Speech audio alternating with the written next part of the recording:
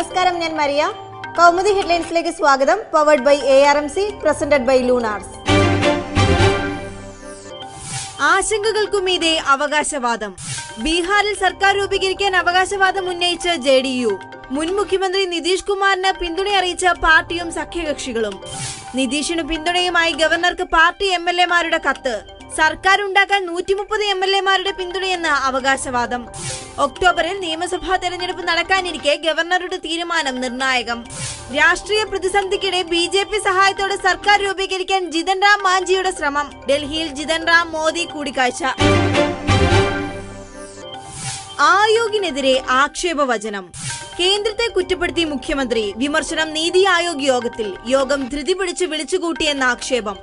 സംസ്ഥാനത്തിന്റെ ആവശ്യങ്ങൾ നിശ്ചയിക്കാൻ സാവകാശം ലഭിച്ചില്ല. മേക്ക് ഇൻ ഇന്ത്യ പദ്ധതിയിൽ സംസ്ഥാനങ്ങളുടെ പങ്കിനെക്കുറിച്ച് വ്യക്തതയില്ലെന്നും ഉമ്മൻചാണ്ടി. ധനകാര്യ കമ്മീഷന്റെ ശുപാർശകൾ ഇതുവരെ ലഭിച്ചില്ല. സംസ്ഥാന ബഡ്ജറ്റ് തയ്യാറാക്കാൻ ഇത് തടസ്സമെന്നും മുഖ്യമന്ത്രി. തർക്കം തീരുന്നില്ല, എന്താകുമെന്ന് കണ്ടറിയാം. ആരോപണങ്ങൾ തള്ളി M. വിജയകുമാർ. ദേശീയ ഗെയിംസിൽ CBI അന്വേഷണം തുടങ്ങിയതോടെ തിരുവഞ്ചൂരിന് മനോനില തെറ്റി. ഗെയിംസ് വില്ലേജ് ആക്കുളത്തു നിന്ന് മാറ്റിയതിൽ സ്ഥാപിത താൽപര്യങ്ങൾ. ഗെയിംസിനായുള്ള ഫണ്ട് വകമാറ്റി ചെലവഴിച്ചിട്ടില്ലെന്നും മുൻ കായിക മന്ത്രി. ദേശീയ ഗെയിംസ് ബഡ്ജറ്റ് ഉൾപ്പെടെയുള്ള തീരുമാനങ്ങളിൽ വിജയകുമാറിനും പങ്കെന്ന് തിരുവഞ്ചൂർ പറഞ്ഞത് ഇന്നലെ.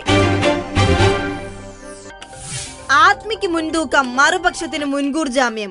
ഡൽഹി തിരഞ്ഞെടുപ്പിൽ കേവല ഭൂരിപക്ഷം ലഭിക്കില്ലെന്ന് BJP വിലയിരുത്തൽ. 70 അംഗ നിയമസഭയിൽ പ്രതീക്ഷ 34 സീറ്റിൽ.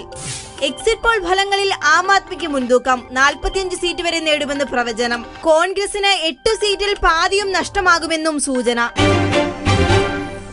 Kaumudi headlines powered by ARMC, presented by Lunars സമാപിക്കുന്നു.